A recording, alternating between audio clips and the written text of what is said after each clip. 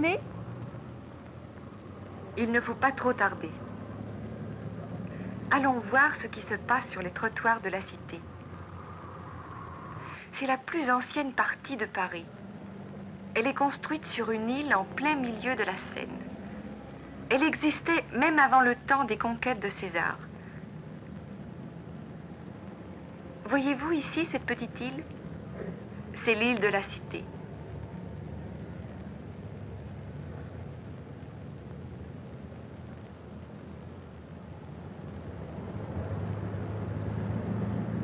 Tout au fond, regardez la flèche de la Sainte-Chapelle. Elle est vraiment exquise. Et à gauche, voilà la préfecture de police. Maintenant, regardez à droite. Qu'est-ce que vous voyez? Là, sur la place, c'est le marché aux fleurs. La France est le pays des fleurs. D'après mon oncle, un peuple insensible au charme des fleurs manque aussi de finesse culturelle. En France, il y a des fleurs partout, dans les jardins, aux fenêtres, dans les restaurants. Chez nous, on a des fleurs pour les grandes occasions, mais pas en France. Ici, les fleurs sont pour tous les jours et pour tout le monde. À 2 pas d'ici, il y a un jardin privé que je voudrais vous montrer. Nous y voilà. Observez les fleurs à l'entrée et dans le jardin. Remarquez qu'il n'y a pas souvent en France de pelouse verte comme chez nous. Voyez, même aux fenêtres, il y a des fleurs magnifiques. Mais ne tardons pas trop, car il y a beaucoup d'autres marchés à Paris que je veux vous montrer. Le marché au timbre, par exemple. On vend aussi en plein air des vêtements de femmes et d'hommes. Rappelez-vous les bouquinistes des quais que nous avons déjà vus. Quittons les marchés pour les restaurants et les cafés. Vous connaissez la différence entre un restaurant et un café, n'est-ce pas? Dans un café, vous prenez peut-être un thé, un café ou un apéritif, mais n'y demandez pas un steak. Il faut aller dans un restaurant pour dîner. Comme vous voyez, il y a des restaurants et des cafés à chaque pas. Le café, c'est le club du français et le délice du touriste. Passons sur une grande avenue où le trottoir est aussi large qu'une rue. Vous voici sur les Champs-Élysées que vous avez déjà visité plusieurs fois. Vous avez l'air étonné de voir les autos stationnées sur le trottoir. Mais quel meilleur endroit pour stationner? Ainsi, le stationnement n'encombre pas la circulation de la rue et il y a bien assez d'espace sur le trottoir. Voyez, les pigeons sont toujours là.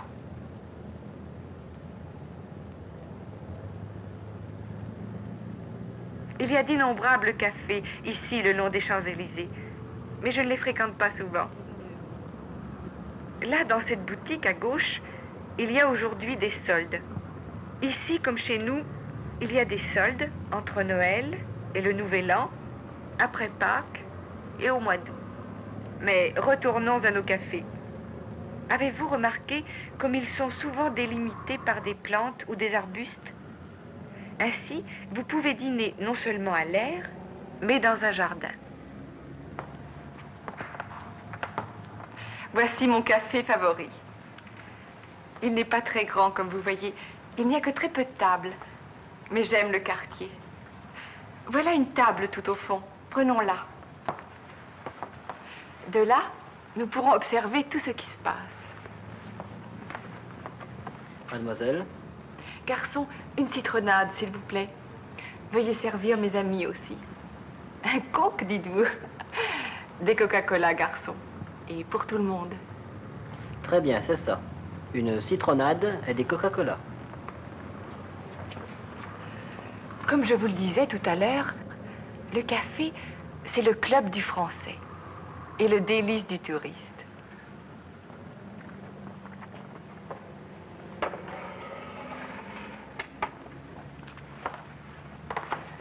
Une citronnade à la main et vous pouvez passer toute la matinée à causer, à lire le journal, à faire votre correspondance, à conclure une affaire avec un client ou à ne rien faire qu'à regarder les gens qui passent. Mais voyons, il est presque midi et il faut que je traverse tout le centre de la ville pour rejoindre mon oncle. Il faut que je me dépêche. Veuillez m'excuser, s'il vous plaît, de vous fausser compagnie si brusquement. Vous êtes très aimable. À bientôt. Au revoir.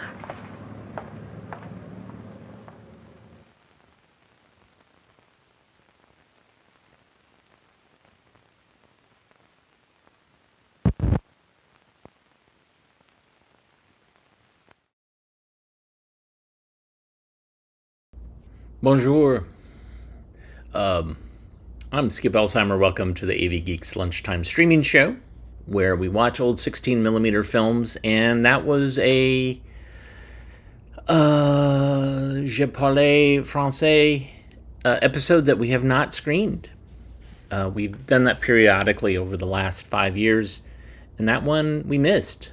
Trottoirs De Paris. So that was made by Milan Herzog, and I'm wearing a Werner Herzog theater shirt, and I asked Google, was Milan related to Werner, and it says yes, he was his father. It was Milan was Werner's father, but no, that's completely wrong. Milan, well, so Google's AI was completely wrong in saying that they were related. I have some other AI that was kicking in. It was like, nope, not directly related. One was Croat-born. Werner's, he took on the surname Herzog later in his life. He had a different name prior. So, yeah. Do not trust Google AI. It is garbage. So, today we are drinking fluids only, as we are, this is some broth, some chicken broth. And we had some coffee earlier because we're preparing for a colonoscopy tomorrow. So, tomorrow will be pre-recorded. But I thought I would share because this is inconvenient at best. I had some Jell-O earlier that was not red or orange or purple. All right, let's challenge the YouTube copyright robots with this film. And when you watch it, you'll know why I'm kind of skittish about it. But whatever, let's go for it. Go for it. The game, What Should I Do?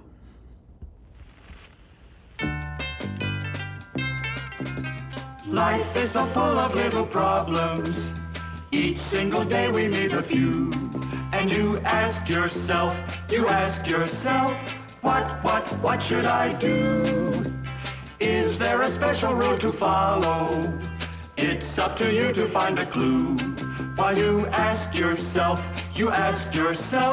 what should I do? You may have months, you may have weeks, you may have overnight, or maybe just a moment to choose a course that's right. Let's take a given situation with a decision up to you. And you ask yourself, what should I do? What should I do? Strike three, you're out. What do you mean, out? It's my ball. I should get another swing. Rules are rules, Red. Oh, yeah? You listen to me, Georgie Porgy. Oh, no. Here we go again. Come on, let's get on with the game. Hold it. Let's take some time out for thinking. What should they do? George, John, and Red. There are many things each of them could do, but first, let's tune in on Red and see what's on his mind. Gee, there are millions millions of things I could do. In the first place, it's my ball. Maybe I could get the rule changed. 3 strikes is dumb. I want 4. I believe you have something there, Red. All in favor of changing the rules, say aye.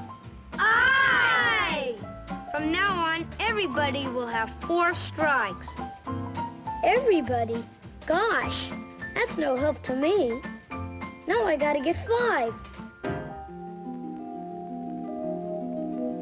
Maybe I could get another swing if I threaten to break up the ball game. Come on! Either I get 1 more strike or I take my ball and go home. Okay. Here it is. So long, Storehead. Goodbye, Game Wrecker. Gee, that really backfired. I didn't gain a thing. I just lost friends. I'll think of an answer yet. Red doesn't seem to be thinking very clearly, but at least he's thinking. While he's doing that, let's see what's going on in George's head. After all, I am the umpire. Maybe I should stick to my decision. You're still out, Red. Out? The Sorehead'll take his ball and beat it. Yeah, George, think it over. Or none of us will get to play. Gee whiz. All it did was to get everybody mad at me. Why do I always have to be the umpire? Maybe they can get along without one anyway. Phooey, I quit. Okay, Red, you're out.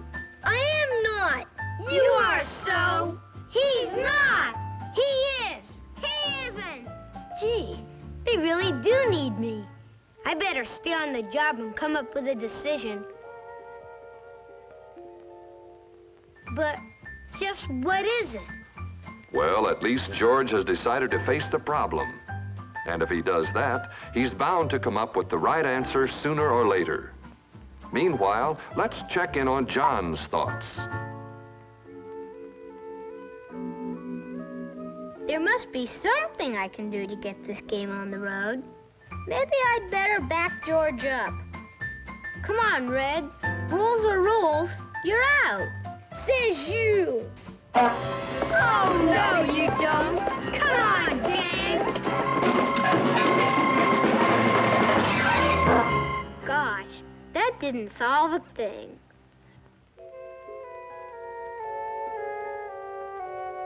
We'll never get to play if we keep arguing about the rules.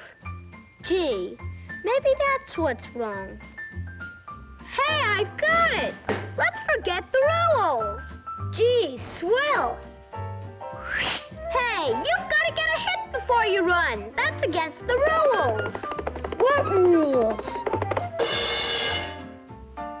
You're running the wrong way. Says who? We'll take 6 outs. 11 balls. No, you don't. Come on, pitch. Throw the ball. We can't agree on anything. Gosh, that was a dumb idea. I guess you can't have a game without rules. I'd better give this a little more thought. Well, we'll have to give John credit for using his head. George and Red were thinking too. They found that when they're face to face with a problem, there are many things they could do. You probably have thought of some yourself. So there is your given situation. Now the decision's up to you. And if you were George or John or Red, what would you do? What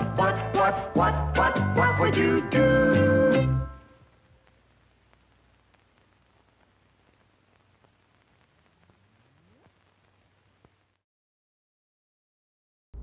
Tail. Yeah, so there was a lot of Disney educational films that were made that were not meant for television or for theatrical release. And I think that Disney was trying to explore other revenues for making money with their amazing animation team. And So this was a series of films, What Should I Do? Let me see if I have more information. And I feel like I've shown another one called Lunch Money or The New Girl. Let me see. What should I do? The New Girl is one.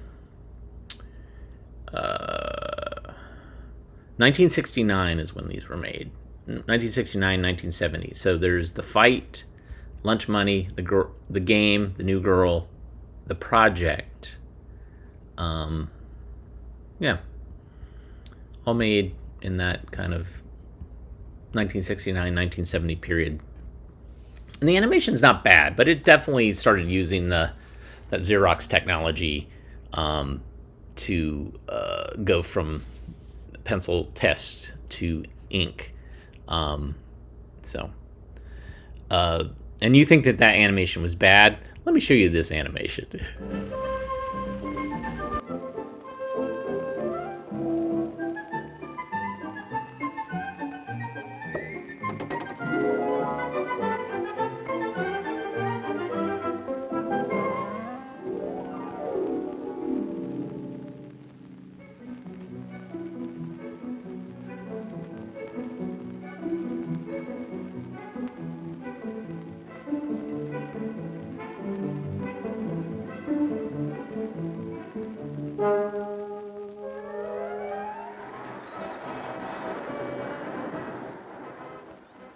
If you've ever ridden on a roller coaster, you've felt some of the sensations of being weightless.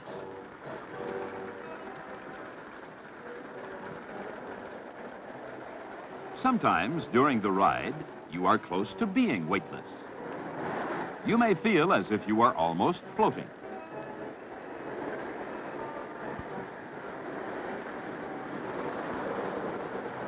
Inside a space capsule, an astronaut would float if he were not strapped down. Notice that one of his strap ends does float. The astronaut is weightless. What is weight? How can anything be weightless? We can understand weight and weightlessness if we understand how they are related to gravity. Gravity is a force that pulls down on everything, all the time.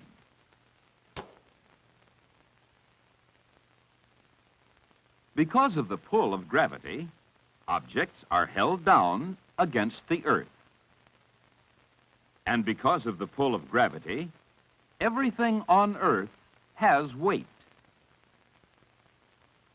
To measure the pull of gravity, we put a scale between an object and the earth. Gravity pulls this barbell down against the scale. The pointer measures the amount of pull. We call this the barbell's weight.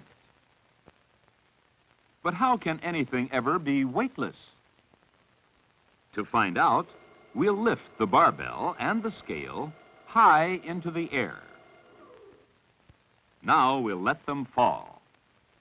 Gravity pulls them down. They fall together.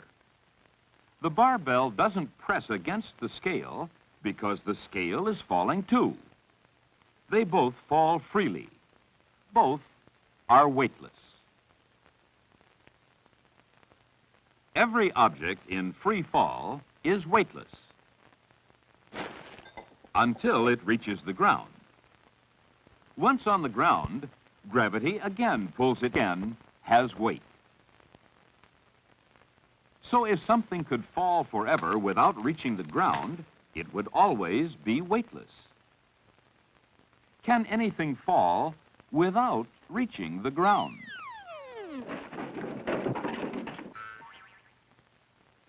Let's try the following imaginary experiment. We'll place a cannon on a very high mountaintop. Now, we'll shoot a cannonball out of the cannon. It moves forward, but gravity pulls it down, so it falls in a curved path. Let's try again. This time, we'll shoot the cannonball harder and faster. Notice that it again falls in a curved path, but because its speed was greater, it hit the Earth farther away. Now let's fire the cannonball still harder and faster. When the cannon fires, the force of the explosion moves the cannonball forward. As it moves forward, the force of gravity pulls it down toward the Earth. The action of these two forces results in a curved path. And the greater the cannonball's speed, the longer its curve will be.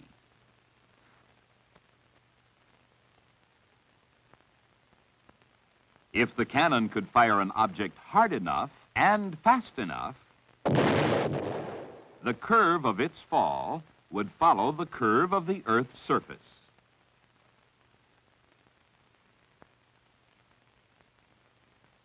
The cannonball falls toward the Earth, but the Earth curves away from it.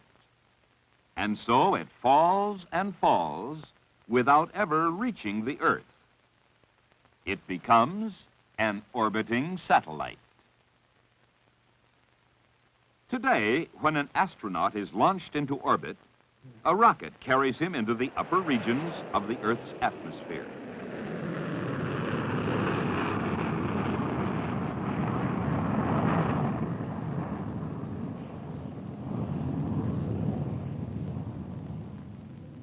At a predetermined height, the rocket is turned until, like the cannon, it is parallel to the Earth's surface.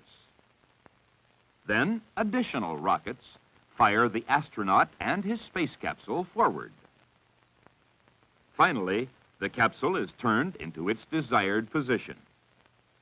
Now it is in orbit, a satellite falling around the Earth. The capsule's forward motion and the pull of the Earth's gravity cause it to fall in a curved path, just as the cannonball did. Because it is falling, it is weightless. The astronaut inside the capsule is falling at the same speed, and he, too, is weightless. Space travelers like this astronaut must live and work under weightless conditions, and weightlessness creates effects very different from those under which we normally live and move and work. To study the problems of moving, working, and living in space vehicles, research planes like this one are used. In such a plane, weightlessness can be produced for short periods of time. The pilot has a television receiver that enables him to see what is happening inside the plane.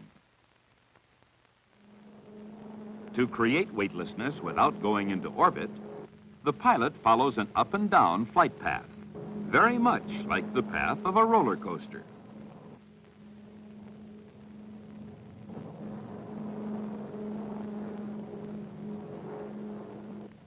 The people inside this plane are weightless.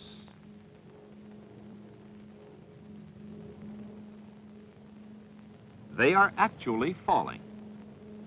Gravity pulls them down, but the floor of the plane is moving down as fast as they are, so they appear to float.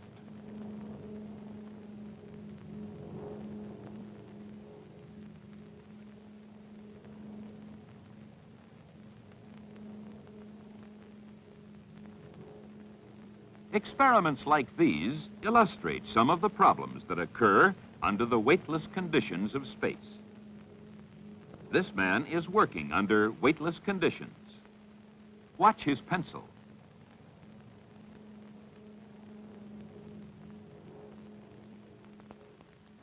Even eating and drinking can be difficult.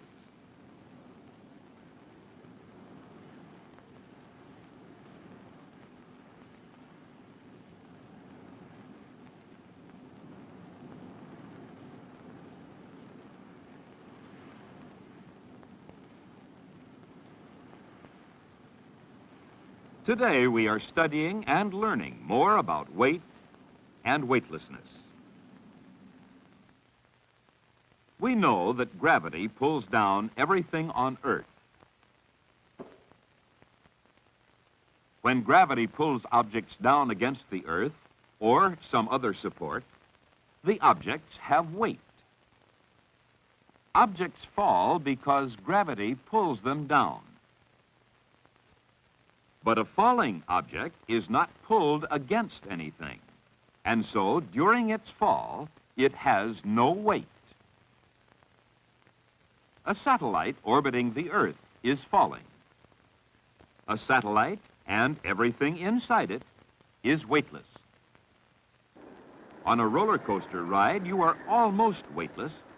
You feel somewhat the same as an astronaut does inside his space capsule. In an airplane, an up and down roller coaster flight path will produce short periods of weightlessness. In order to live and work in space, man must study, understand, and solve the problems weightlessness creates.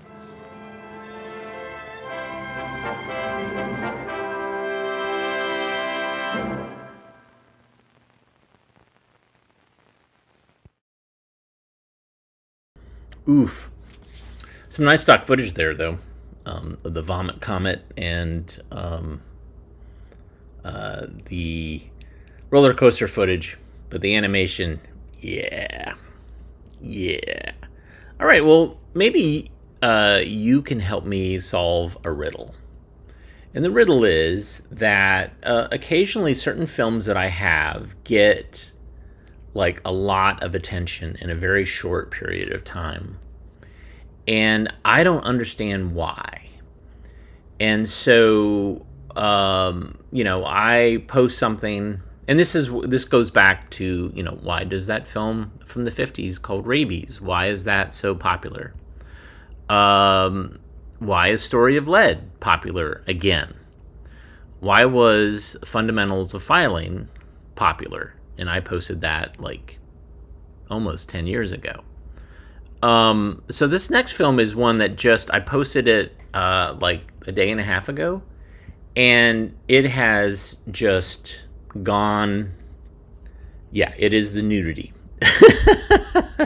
Yeah, let's watch this film, and I won't tell you what it is. I mean, you'll figure it out. But I like it for different reasons. But I don't understand why this suddenly got nearly 3,000 views in a day and a half, whereas normally what I get are hundreds of views in a very short period of time. So let me see when. I'm sorry, I'm looking here to see if I had an actual number, but I'll have that number. So, anyways. Let's watch this and find out. And please post your guesses. And I don't have an answer, so whatever your guesses are, work. But I guarantee you it's not the nudity. So, enjoy.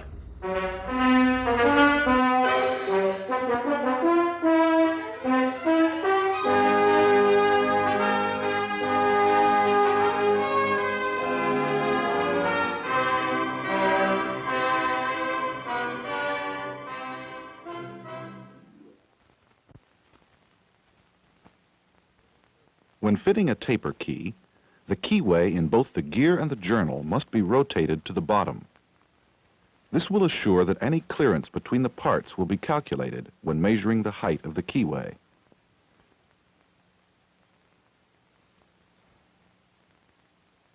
To determine the proper taper of the keyway, use a telescoping gauge and measure the height at the outermost part of the keyway.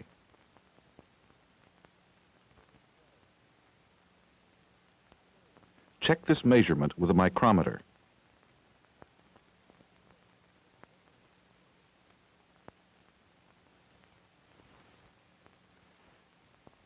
Now, place a mark 1 inch inside the keyway. With the telescoping gauge, measure the height of the keyway at the 1 inch mark. The difference between these measurements, multiplied by 12, will give the amount of taper per foot. Most keys will have a standard taper of 1/8 inch per foot, or 0.0104 thousandths per inch.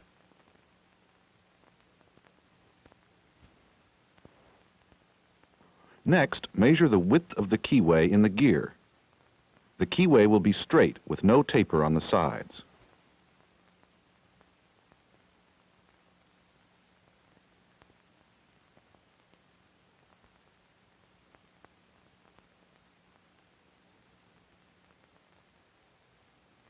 Measure the width of the keyway in the journal. This measurement should be the same as the width of the keyway in the gear. If not, a step-type key must be made.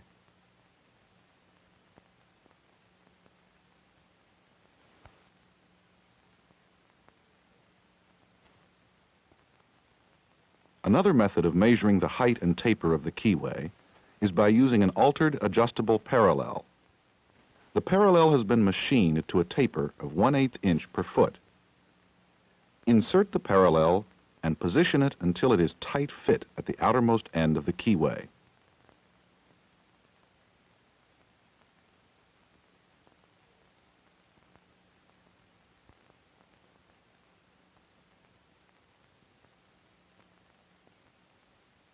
Remove the parallel and with the micrometer measure the large end.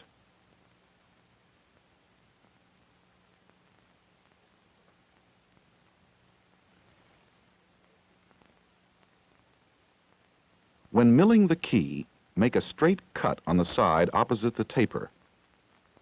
This will relieve the stress and prevent the key from warping when the taper side is cut. Key stock is normally cold-drawn steel.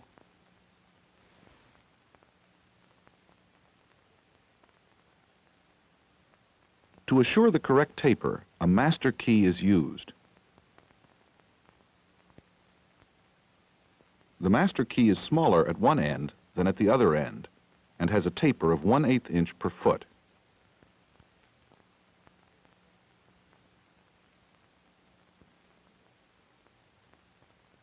Place the master key in the vise on the milling machine.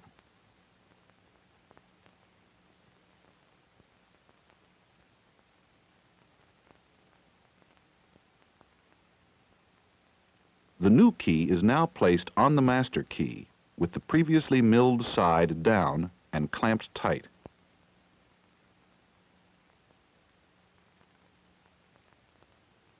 Starting at the large end, mill completely across the new key. The key will now assume the same shape as the master key, or a taper of 1/8 inch per foot. The key should be cut about 10 thousandths oversize to allow for an interference fit.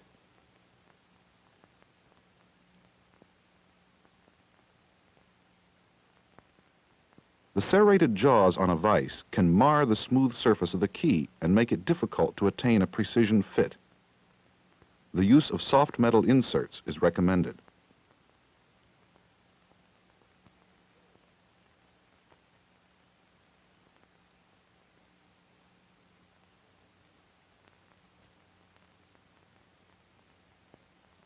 Most keyways have a slight radius at the corners in both the gear and the journal. To correct this, the corners of the key should be rounded slightly before fitting to prevent a heavy bearing at these points.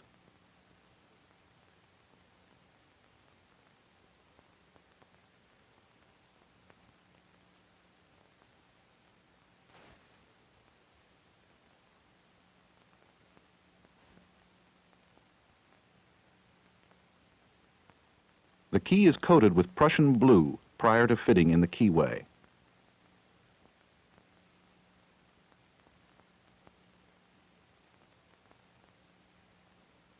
Now, insert into the keyway as far as possible. When the key is removed, any interference caused by high spots in the keyway will show as clear spots or marks in the Prussian blue.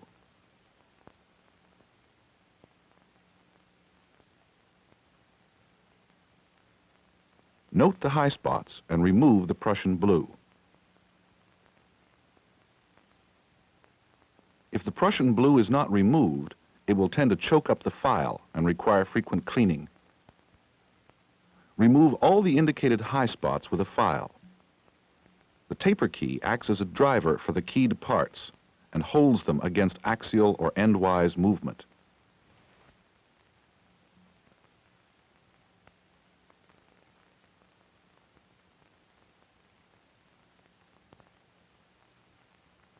Turn the key to the opposite side, check for high spots, and remove the Prussian blue.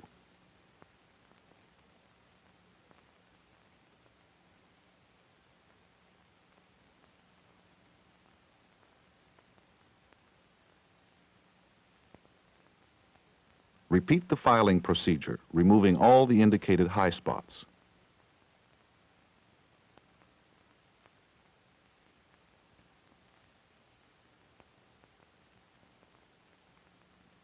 After the first fitting and the high spots are removed, again apply the Prussian blue. Now the key will slide further into the keyway.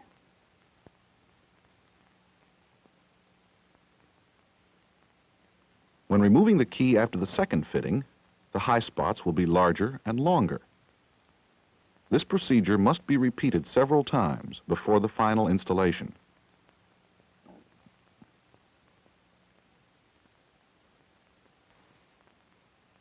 Remove the Prussian blue and file down the indicated high spots.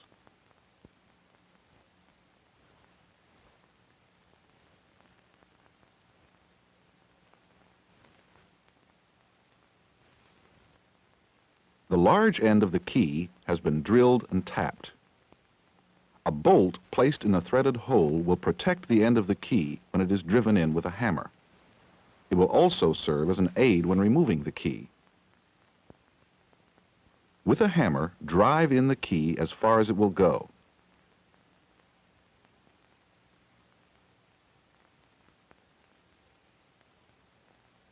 Now the key has almost reached the proper depth in the keyway, and this will be the last fitting before the final installation. With a threaded rod and bumper, remove the key.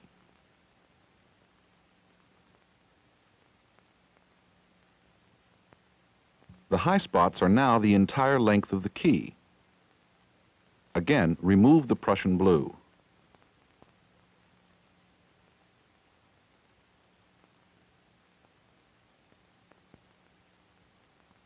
And remove the excess metal with a file.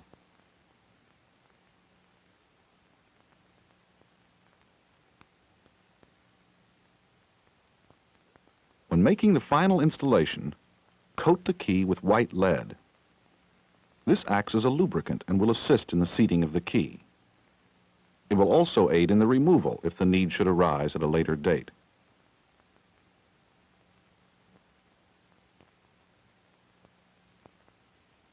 With a sledge or other heavy hammer, drive the key into the keyway as far as possible.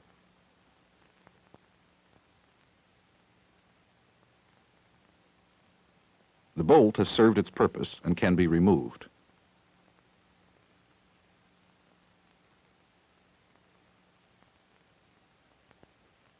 A final check with a thickness gauge should show no clearance at the top or the bottom of the key, and only a slight clearance at the sides.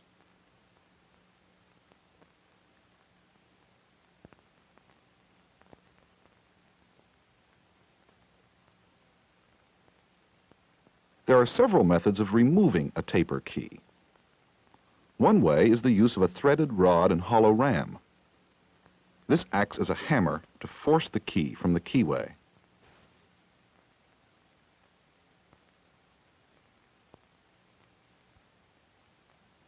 The system shown here consists of a length of high-tensile threaded rod screwed into the tapped hole in the key. A strong back is attached to the rod, and two hydraulic jacks are positioned so as to push against the strong back.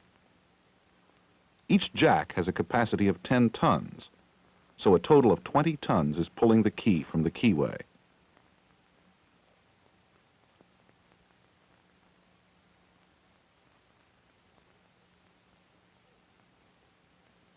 When a gib key, or taper key which has not been drilled and tapped, is to be removed, a strong back may be welded directly to the key. Make sure the weld has penetrated both the key and the strong back sufficiently, or separation may occur at this point. The jacks are again positioned on each side of the key so that they are pushing against the strong back. If the welded section has been properly made and is strong enough to withstand the 20-ton pull, the key will be easily forced from the keyway.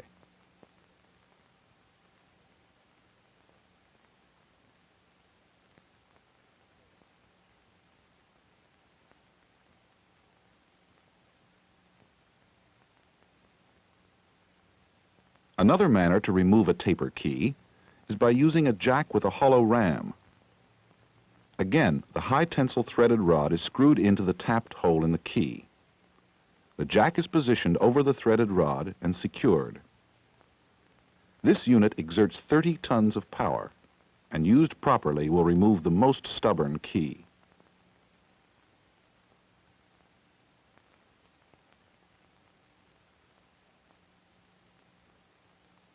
Caution.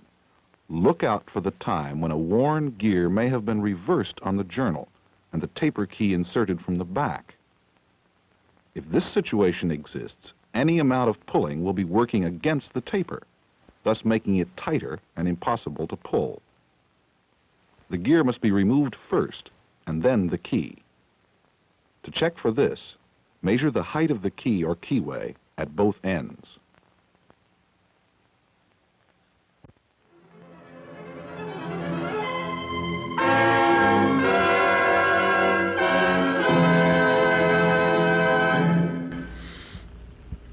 Yes, I get it. I get that this is a weird, very specific thing.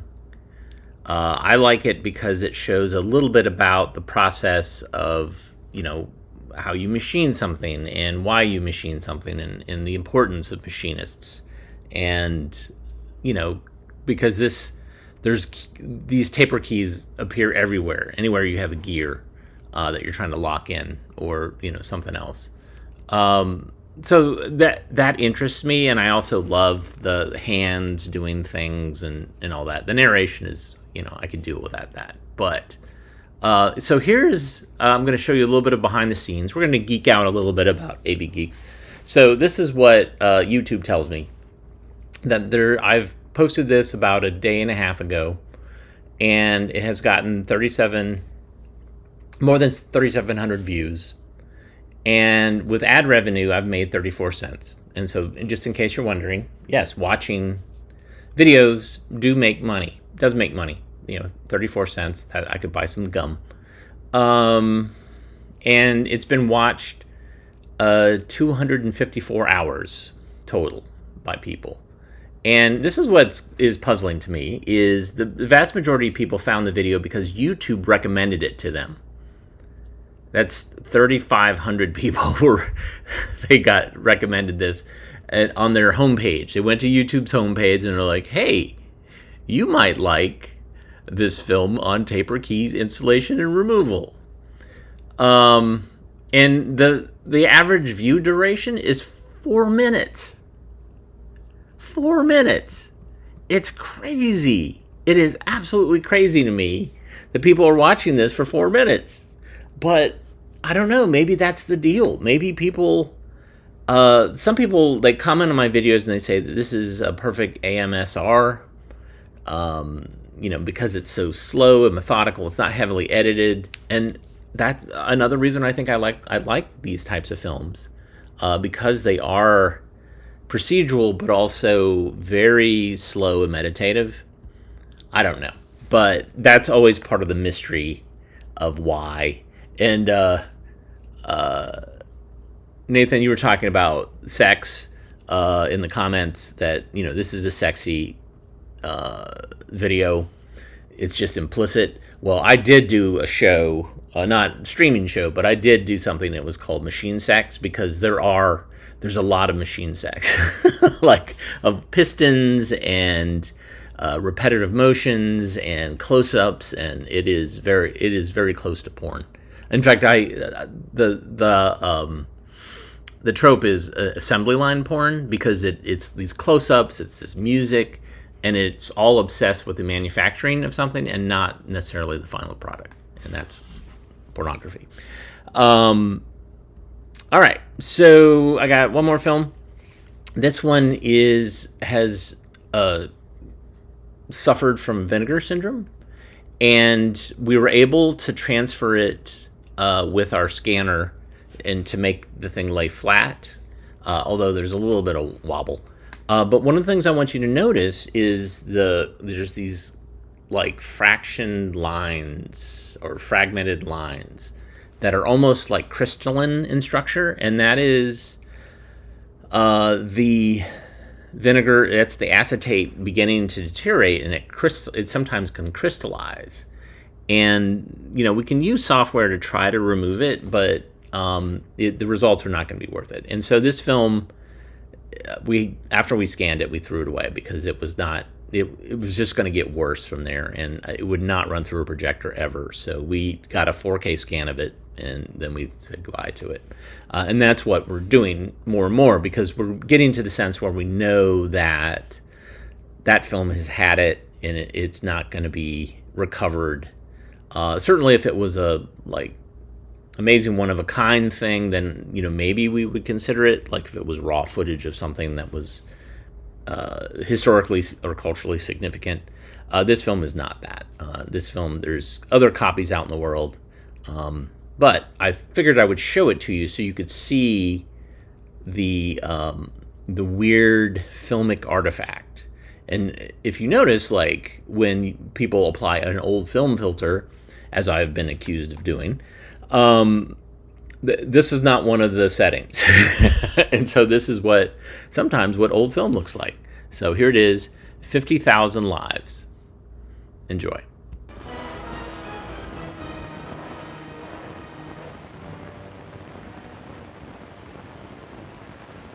These scenes, unfortunately, are everyday occurrences in big cities and small towns, at work and at play. Yes, accidents can and do happen to all of us. And it is vitally important to realize that regardless of the type of injuries resulting from these accidents, they are frequently accompanied by asphyxia. And this condition is a primary cause of death. Harvard University has this to say: every year, 50,000 people die needlessly because of asphyxia that could have been prevented. These lives can be saved if proper resuscitation methods are used. Asphyxia is the condition caused by lack of oxygen and an excess of carbon dioxide in the body. Without oxygen, the brain dies within 3 to 5 minutes, and the heart soon stops beating.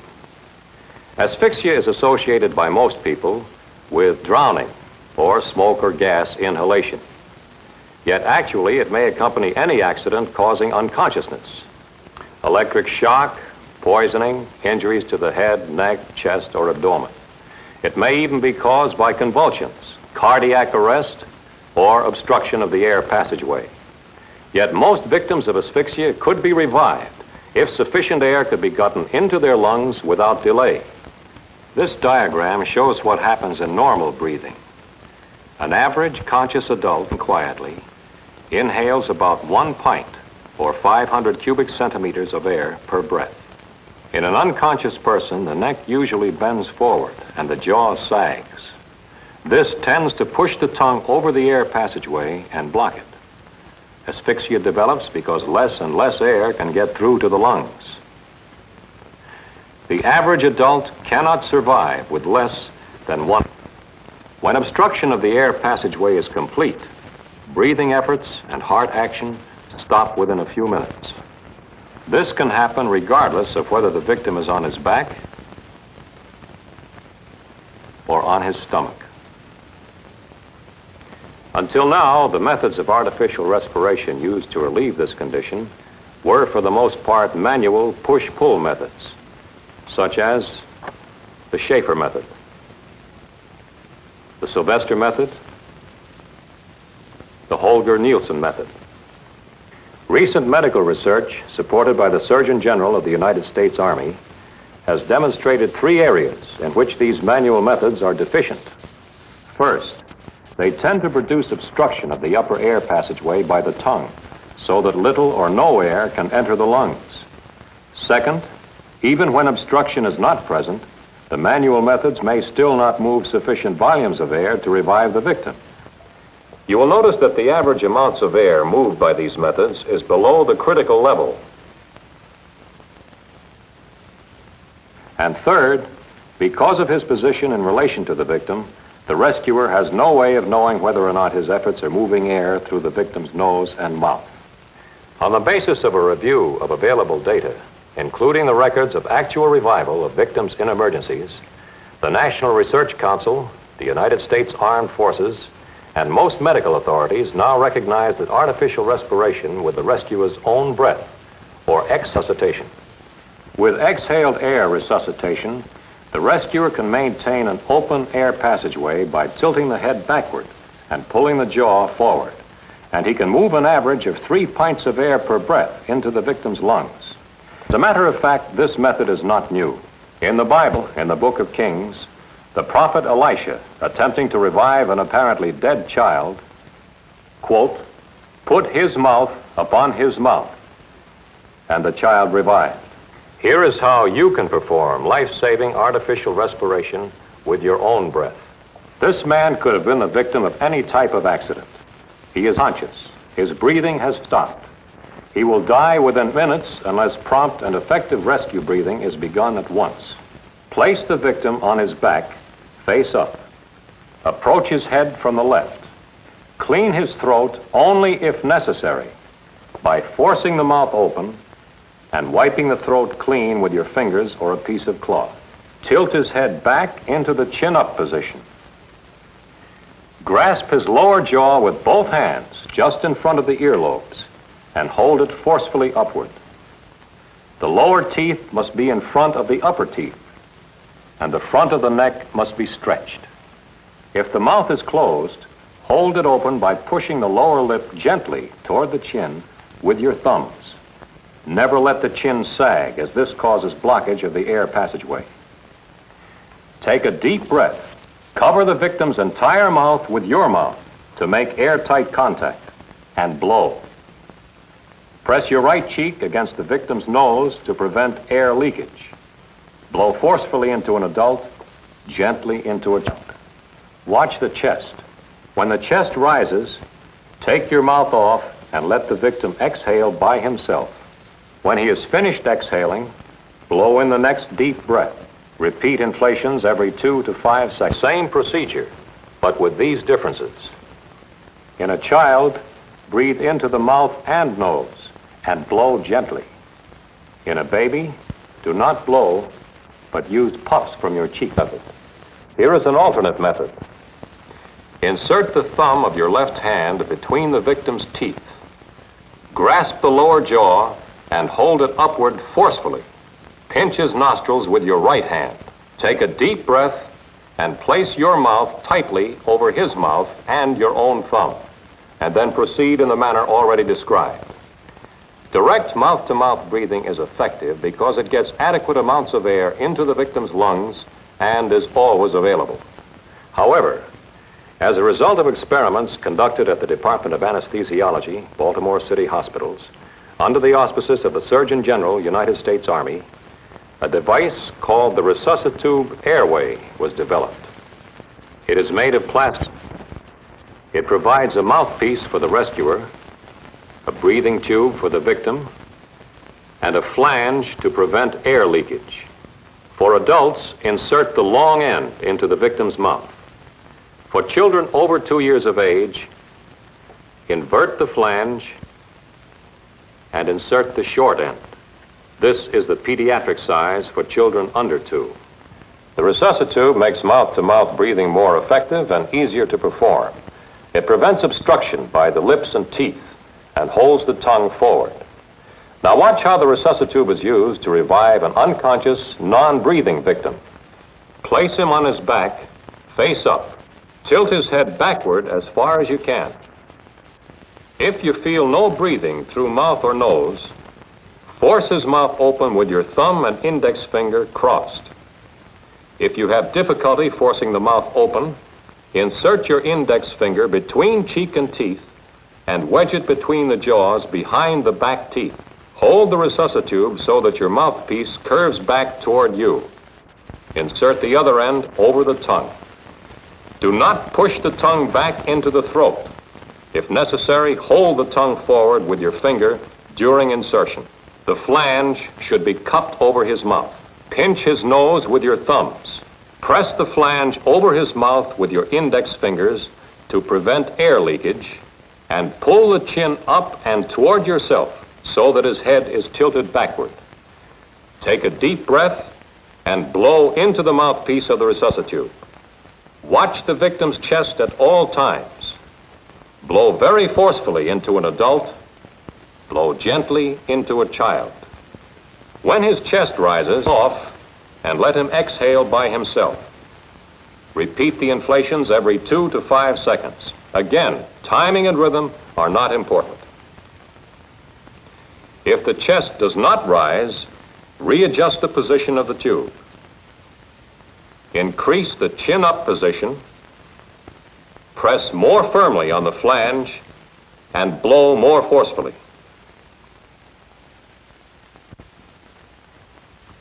If the chest still does not rise, remove the tube and check for foreign matter.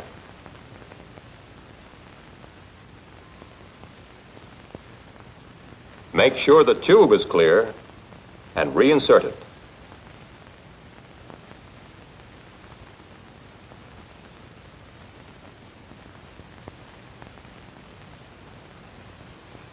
If you notice the stomach bulging because of air blown into it, press on it. If vomiting occurs, clear throat quickly. When the unconscious victim begins shallow breathing, blow in your breath at the moment he inhales and take your mouth off the resuscitube quickly when he exhales so as not to interfere with his natural breathing. When he is breathing and you are transporting him, elevate his shoulders so his head is tilted backward and leave the resuscitube in place. Be prepared to blow into the mouthpiece if he should stop breathing. Or when the victim reacts by gagging or retching, remove the airway to prevent vomiting. Keep the head tilted backward to make sure that the air passageway is open. There are many cases where an unconscious person may still be breathing. Unconsciousness alone may kill by air passageway obstruction. Very frequently, this type of asphyxia can be prevented just by tilting the head backward. You must maintain the victim's head and jaw in this position until he regains consciousness. If this is not effective, insert the short end of the resuscitube. Use the short end of the tube to prevent gagging when the jaw is tight or the victim is partially conscious. Here are some important points to remember about drowning.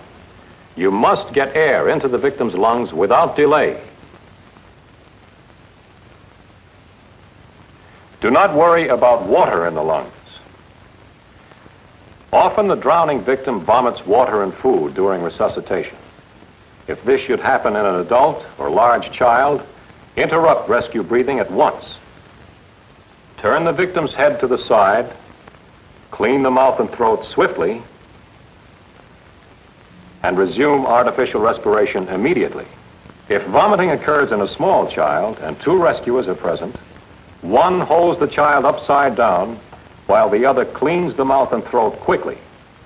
Remember, any type of accident causing unconsciousness may result in asphyxia. A non-breathing person will die in a very few minutes if air is not gotten into his lungs quickly. Practice the methods of exhaled air resuscitation you have just seen. In the mouth-to-airway method, insert the short end for practice purposes. In an emergency, if the resuscitube airway is not immediately available, do not waste valuable time looking for one. Start direct mouth-to-mouth breathing at once. Every year, 50,000 people die needlessly.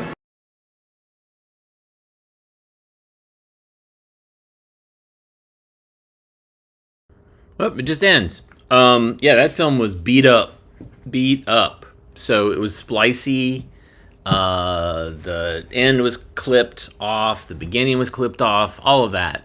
And, but we got to see it. And all that crazy film artifacts of vinegar syndrome and scratches and all that stuff. It's fascinating to me. I mean, I'm sad because I don't have a clean version of it. But, film really is kind of this living thing. I mean, it's made up of these organic materials, acetate, and then the gelatin, which has either the dyes in it or has silver in it to make the image. All that stuff interacts with the world, either being scraped or cut or embedded with mold, or it begins that process where it starts to deteriorate due to vinegar syndrome. All that stuff. Fascinating. Absolutely fascinating. So thanks for joining us today. I just finished my second cup of gelatin, Jello. It's not really Jello, it's a store brand. And I am going to be pre-recorded tomorrow because I am going to have a camera up in my nethers. And you're not going to see that. But I'll be back on Thursday, and I will be eating solid food again. And I'll be excited because I'm not excited right now. But if you're around that age where you need to get one, go ahead and do it. Knock it out. Have friends in your life and family in your life to help you with it. And then you're done, at least for a while. But thank you so much for the donations, Jeremy, Richard. Yes, today was filled with all sorts of crazy stuff. And we will have more crazy stuff tomorrow. And then even more crazy stuff on Thursday. Everybody take care. We love you. And we will see you soon.